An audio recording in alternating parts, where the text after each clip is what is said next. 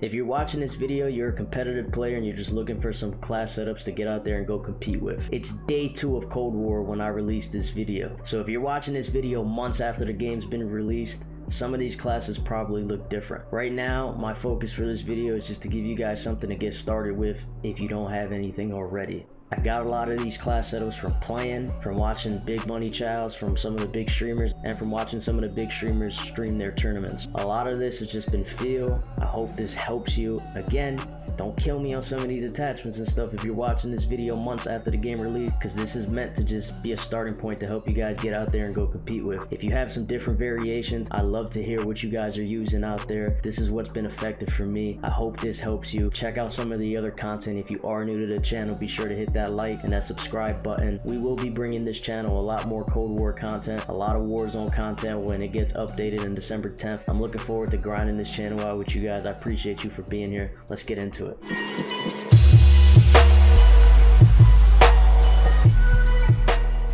So to start my MP5 build, I went with Perk Greed as the wild card over Gunfighter. The reason being, I don't feel like you need to max out all the attachments on the sub. For the sub bro, you just really need something that's mobile, hits hard when you're in somebody's face. So in my opinion, having the extra perks is definitely worth it. To start it off, we're just gonna go Flakjack and Attack Mask. That's obvious. I feel like Perk 2 is kind of irrelevant in comp again this year. I mean, Gearhead and Scavenger are the only two not banned. And then here's the main reason why I went with Perk Greed. You want Gung-Ho and Ninja.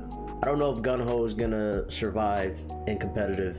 This video was recorded very early in the game. I mean, this is day 2 of Cold War. But for right now, look at all the benefits that you get out of Gung-Ho. You get fire your weapon and use equipment while sprinting. You get to move at full speed and reload. You get to switch your weapons faster. You get to take less fall damage when you're dropping. And you fire weapons more accurately when you're sliding. Maybe I'm not recalling right now, but I don't ever remember a perk in Call of Duty history that helps with accuracy. So for that reason alone, I thought Perk Greed for the sub bro is perfect. Just because you get so many benefits from having Gung-Ho, and then of course you can't go wrong having Flakjack and Attack Mask. Now let's get into the attachments that I've been running for the MP5. For the most part, I got these attachments from just watching pro players and big time streamers compete in some chows and some tournaments. Again, it's only day 2, so it'll be fun later on in the game to see how much of this changes. But for right now, for my muzzle, I'm using Infantry Compensator. It gives you plus 12% vertical recoil control, and the con is it gives you negative 8% on horizontal. For the barrel, I'm using 9.5 reinforced heavy.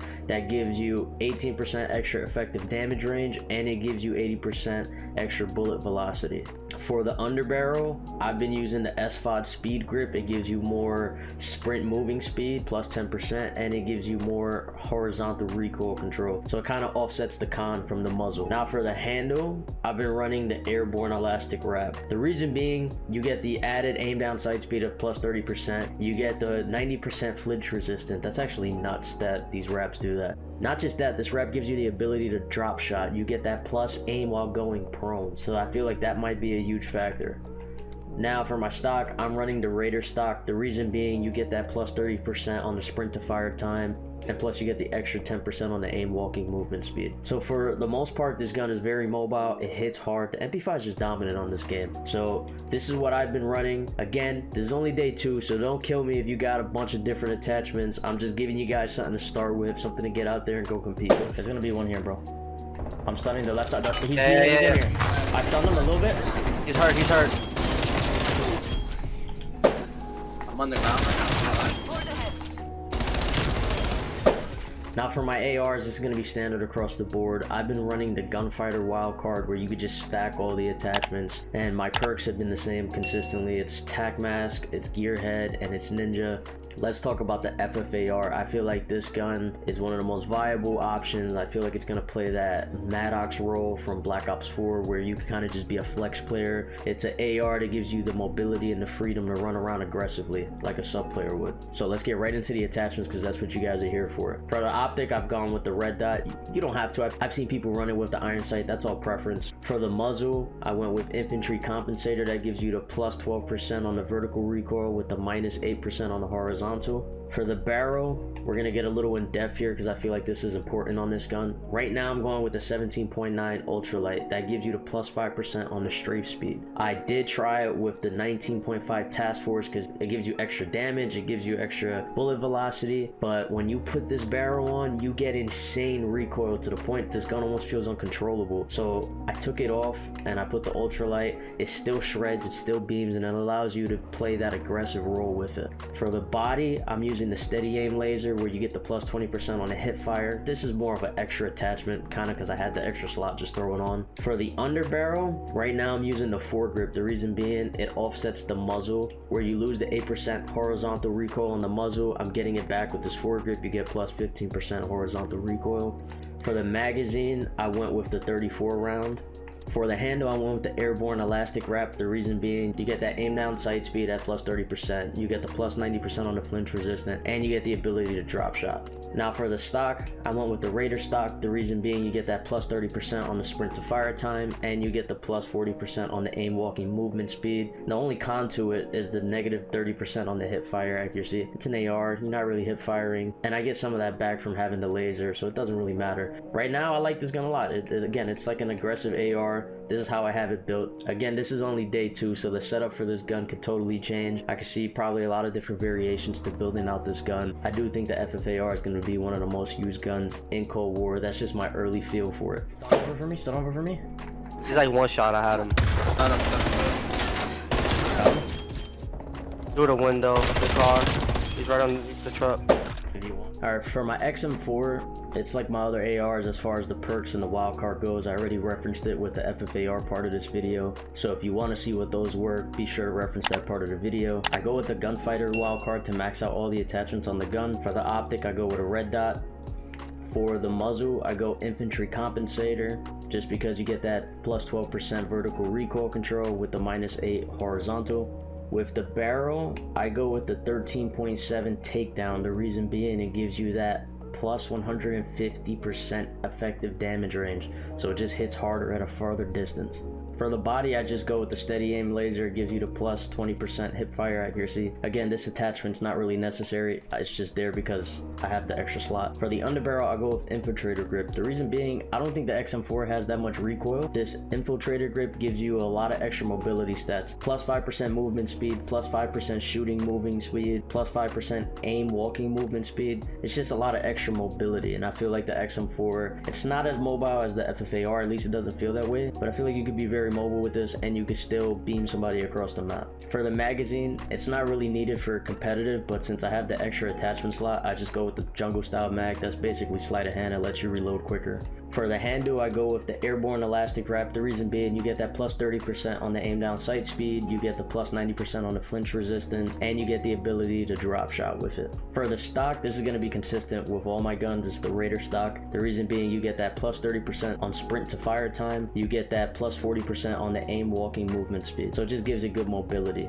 Now, like I mentioned with the other guns, this is still very early on in the game. My main focus on this video is just to give you guys something to start off with. I feel like these guns are gonna be the main guns in the game moving forward, unless there's a massive nerf, but we might see some variations with attachments here and there as the game progresses. It'll be cool to look back on this video and see what we had right, what we got wrong. I'm sure there's stuff we have right now, and there's stuff that we'll have wrong, but this is what I got for now. He's under me. I'm trying to make a flank play though.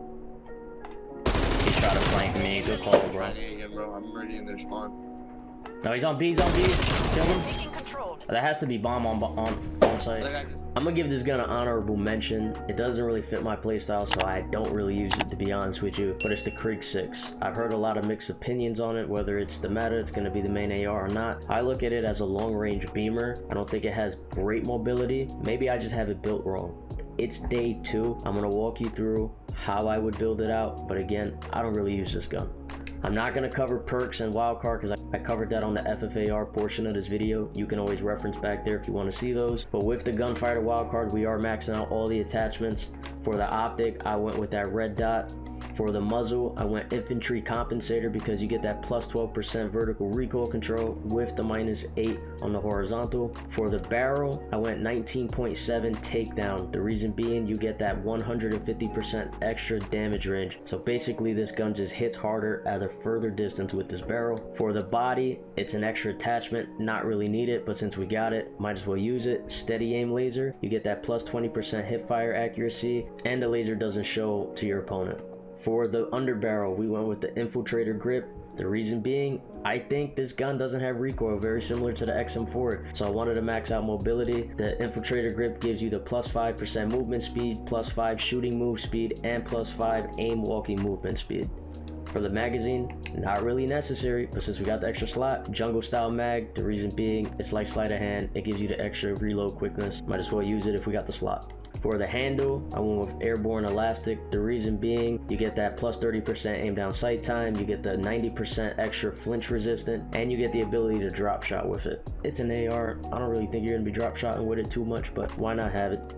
And for the stock, like I mentioned earlier, I've been using this consistently with all my guns. It's the Raider stock. You get the plus 30% sprint to fire time, and you get the plus 40% aim walking movement speed. And the only con is the minus 30% on the hip fire. It's an AR, you're not really hip firing with it, so that doesn't really matter. Again, I don't use this gun, it doesn't fit my playstyle. Let me know how you have it built, if you have it built out different than me, but I gave it an honorable mention because I've been hearing people talk about it. Hopefully this video helps you. It's only day 2, so if you're watching this video when the game's been out for months, maybe these class setups look completely wrong. I'll most likely do a follow-up to this because it is so early in the game. The whole purpose of this video was just to give you guys something to get yourself started in the comp scene if you were looking for how to build out loadouts. There you go. I appreciate you guys for checking out the video. As always, I look forward to bringing you guys more content, and like I just mentioned, we'll most likely update this in a future point of Cold War. He's in the window. Yeah, you shouldn't have jumped in that. That was kind of stupid, to be honest. Got one. Not the guy window though. I killed the one window. Since you made it to this part of the video, let me just say thank you before you go ahead and break out of here. I appreciate you for checking out the content as always. I do look forward to bringing you guys a lot more Cold War content and Warzone content when that does get updated on December 10th. Again, these classes are brand new. I launched this video day 2 of Cold War. It's meant to be a starting point for those of you looking for competitive class setups. I appreciate you for being here. Be sure to like the video, subscribe to the channel if you're new, check out some of the other content. I appreciate you guys having me. Have a good one. Let's get into these bloopers though. It's a drop shot. It says plus and the FFAR portion.